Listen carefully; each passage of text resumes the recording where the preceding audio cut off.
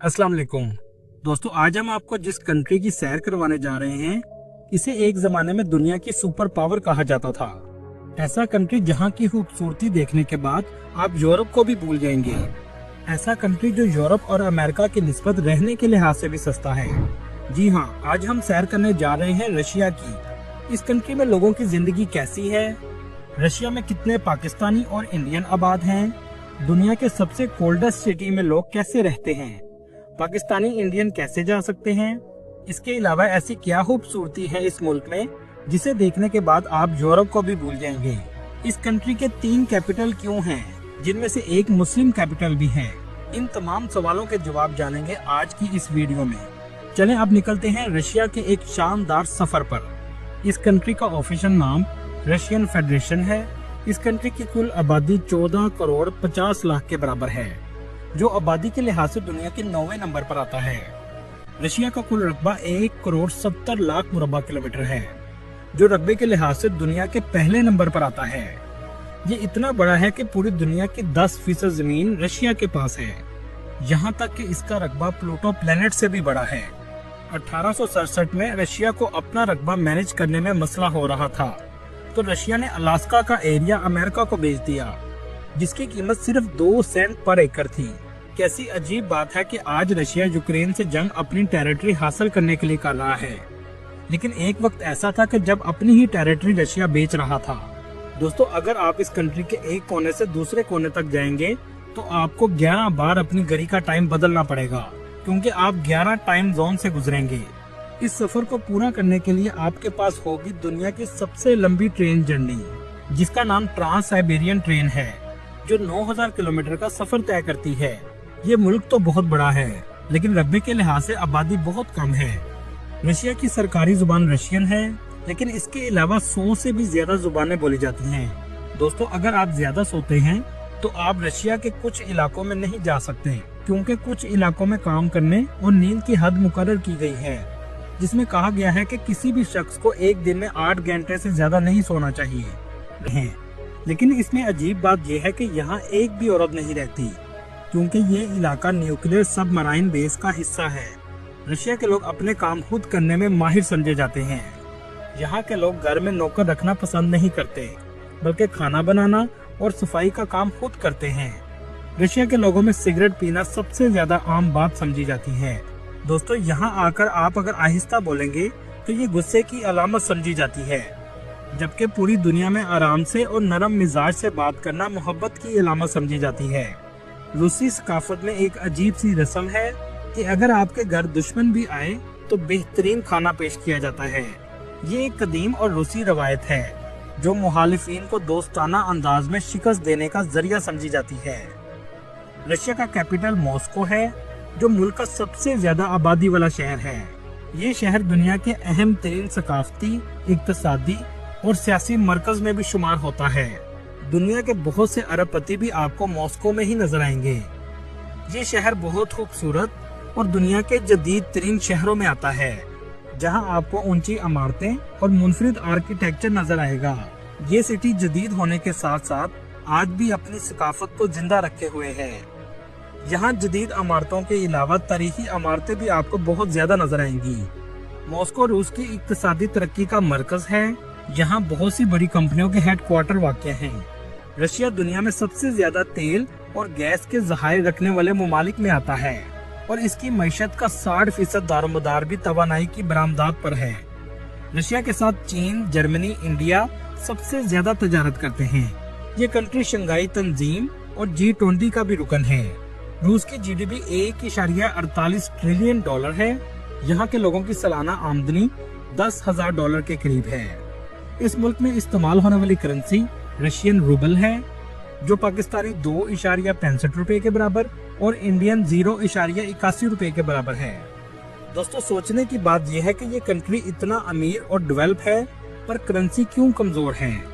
इसकी वजह यह है कि दुनिया के बहुत से कंट्रीज जो ज्यादा एक्सपोर्ट करते हैं, इन्होंने अपनी करेंसी को खुद लो रखा होता है, जिसे आर्टिफिशियल इन्फ्लेशन कहा जाता है, ताकि लोगों की परचेजिंग पावर ठीक रहे।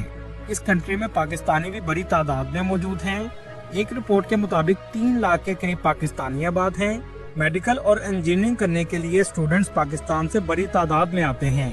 इसके अलावा पाकिस्तानी सैर के लिए भी रशिया बहुत ज्यादा जाते हैं, जबकि इंडियन की तादाद 4 लाख से 5 लाख के करीब है। यहाँ की कुल आबादी में 74% लोग शहरों में रहते हैं, जबकि 26% लोग गाँव में आबाद हैं। रशिया का ताल्लुक पाकिस्तान से पहले अच्छा नहीं था, क्योंकि पाकिस्तान ने अफगानिस्तान को बचाने के लिए अफगानिस्तान रशिया जंग में अफगानिस्तान की मदद की थी, लेकिन अब ताल्लुकात बेहतर हो चुके हैं। दोस्तों, मुमालिक की आपस में दोस्ती नाम की कोई चीज नहीं होती।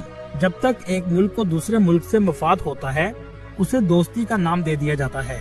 इस कंट्री में औरतों की तादाद मर्दों की निस्बत ज्यादा है, जो तकरीबन 54% के करीब है, जबकि मर्द 46% के करीब हैं। दोस्तों, रूस इतना बड़ा है कि इसका एक हिस्सा यूरोप में आता है और दूसरा हिस्सा एशिया में आता है। रशिया का नाम रूसी जुबान के लफ्ज रस से निकला है। तारीख दानों के मुताबिक रस एक कबीले का नाम था जो सबसे पहले यहाँ आबाद हुआ था। रशिया ऐसा कंट्री है जिसका बॉर्डर 14 मुमालिक से लगता है, जिनमें Norway, Finland, Estonia, Lithuania, Latvia, Poland, Belarus, Ukraine, Georgia, Azerbaijan, Kyrgyzstan, Mongolia, China और नॉर्थ कोरिया शामिल हैं।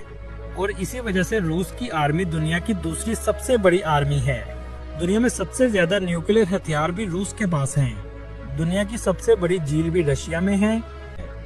दुनिया में शराब पीने के लिहाज से भी रशिया दूसरे नंबर पर आता है, जिसकी वजह से रशिया के मर्दों की औसत उम्र 66 साल है और यहाँ बच्चे भी इसी वजह से कम तादाद में पैदा होते हैं। रशिया की औरतों का शुमार दुनिया की खूबसूरत तरीन औरतों में होता है, लेकिन एक बात का आपको ख्याल भी रखना होगा कि यहाँ की लड़कियाँ स्कैम भी बहुत ज्यादा करती हैं। आपसे पहले सिगरेट मांगेंगी, फिर आपके साथ रेस्टोरेंट खाने पर जाएंगी और बिल आने से पहले गायब हो जाएंगी और आपको मुकम्मल तौर पर बिल अदा करना पड़ेगा। यहाँ की औरतें बहुत ज़हीन भी होती हैं। यहाँ तक कि सबसे पहले हला में जाने वाली औरत भी रूस की थी। इस कंट्री के लोग ज्यादातर अपने ही मुल्क में टूरिज्म के लिए सफर करते हैं, दूसरे कंट्रीज में सैर के लिए कम ही जाते हैं। इसकी वजह यह है कि इनका अपना ही कंट्री बहुत खूबसूरत और बड़ा है। 2019 से पहले 24 मिलियन लोग इसका सालाना विजिट करते थे। कोरोना और जंग के हालात की वजह से इसमें कमी आई है। चलें अब चलते हैं रशिया की खूबसूरती देखने। टूरिस्ट सबसे पहले मॉस्को में आते हैं, पर शीशे से बनाया गया है। ये एयरपोर्ट साइज में भी बहुत बड़ा है। मॉस्को सिटी आपको हर तरफ से साफ सुथरा नजर आएगा। यहाँ की गलियाँ, सड़कें और यहाँ की बिल्डिंग का आर्किटेक्चर देखने लायक है। मॉस्को की नाइट लाइफ भी पूरी दुनिया में सबसे ज्यादा फेमस है। इस शहर में सर्दी भी बहुत ज्यादा पड़ती है। बर्फबारी का नजारा बहुत ही खूबसूरत होता है। इस शहर में जितने भी टूरिस्ट आते हैं, सबसे ज्यादा रेड स्क्वायर का विजिट करते हैं कि पिक्चर सबसे ज्यादा नजर आएगी। इस शहर की सबसे ज्यादा रौनक भी इसी जगह पर होती है। ये जो आप कलरफुल चर्च देख रहे हैं, साथ ही एक बहुत बड़ा मॉल भी मौजूद है। इसलिए अगर आप इस मॉल को पूरा देखना चाहते हैं तो आपको पूरा दिन भी लग सकता है। इसके अंदर का आर्किटेक्चर भी बहुत खूबसूरत है। ये जो दूसरी तरफ रशिया का हिस्टोरिकल म्यूजियम है, रात के टाइम यहाँ लोग पार्टी वगैरह भी करते हैं। ये एरिया रोशनियों से भर जाता है। क्रेमलिन के नीचे एक म्यूजियम बनाया गया है, जहाँ 100 साल से डेड बॉडी को रखा गया है, जिसका उनका लीडर था। इस एरिया की स्ट्रीट भी हिस्टोरिकल आर्किटेक्चर से बड़ी हुई हैं। मॉस्को में आप कितने भी दिन गुजारें, आप कभी भी बोर नहीं होंगे। इस शहर में आपको सिम कार्ड 400 से 500 रूबल में मिल जाएगा और सफर करने के लिए सबसे बेस्ट ऐप येंडेक्स गो है, जहां से आप मेट्रो, बस और ट्रेन में आसानी से सफर कर सकते हैं। इस शहर का मॉस्को रिवर इसकी खूबसूरती को 4 चांद लगा देता है। यहाँ क्रूज भी चलती है, जहाँ लोग क्रूज का भी मजा लेते हैं। इस शहर में आपको स्टैचूज भी बहुत ज्यादा नजर आएंगे, जो वर्ल्ड वार 2 की याद में बनाए गए हैं। इस कंट्री में सभी पढ़े लिखे लोग हैं। इस वजह से रशिया का लिटरेसी रेट 99% है। मॉस्को की सबसे famous university Moscow state University है, जो 1755 में कायम हुई थी। इस यूनिवर्सिटी में पढ़ने का खर्चा 3000 अमेरिकी डॉलर से 12000 अमेरिकी डॉलर सालाना है और इसके हॉस्टल में रहने का खर्चा 1000 डॉलर से 3000 डॉलर सालाना है और खाने पीने का खर्चा 500 डॉलर से 1000 डॉलर माहाना है। दोस्तों, आपने साइंस में पीरियोडिक टेबल तो पढ़ा होगा। इसको भी रशिया के एक साइंटिस्ट ने बनाया था। तकरीबन 1.2 किलोमीटर लंबी है। यहाँ आपको बहुत सी शॉप्स और कैफे देखने को मिलेंगे। चलें अब मॉस्को से चलते हैं उस शहर की तरफ जो रशिया का दूसरा सबसे फेमस सिटी है। इस सिटी का नाम बुलेट ट्रेन पर भी जा सकते हैं। इस शहर में पहुंचते ही आपको खूबसूरत नजारा देखने को मिलेगा। इस शहर में आपको कलरफुल बिल्डिंग्स हर जगह नजर आएंगी। इस शहर का दरिया भी इसकी खूबसूरती को बढ़ाता है। सेंट पीटर्सबर्ग में आपको बहुत बड़ी मस्जिद भी देखने को मिलेगी। इस शहर की सबसे famous building Church of Saviour है, जिसका आर्किटेक्चर बहुत खूबसूरत है। लोग बड़ी तादाद में इसको देखने आते हैं। इसके सामने छोटी सी कैनाल बनाई गई है जहां लोग बोट राइड का मजा लेते हैं।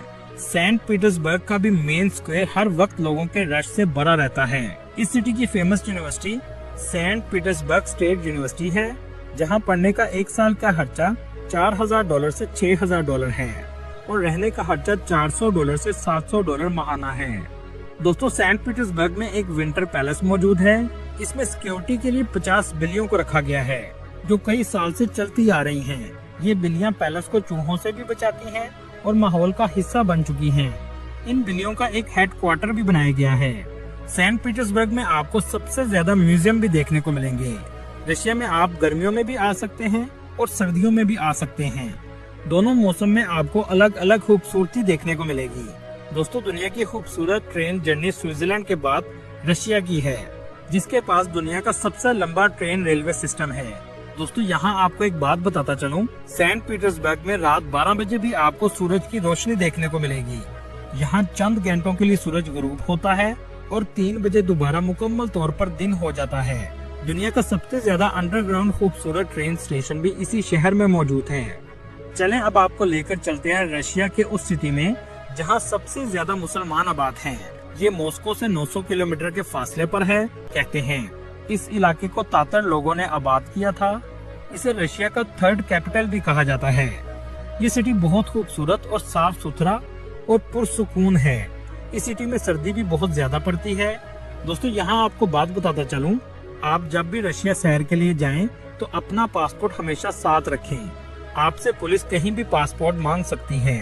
कजान सिटी की आबादी 12 लाख के करीब है। तुर्किश, मंगोल और रशिया का मिक्सचर है। यहाँ आपको इस्लामिक कल्चर सबसे ज्यादा नजर आएगा।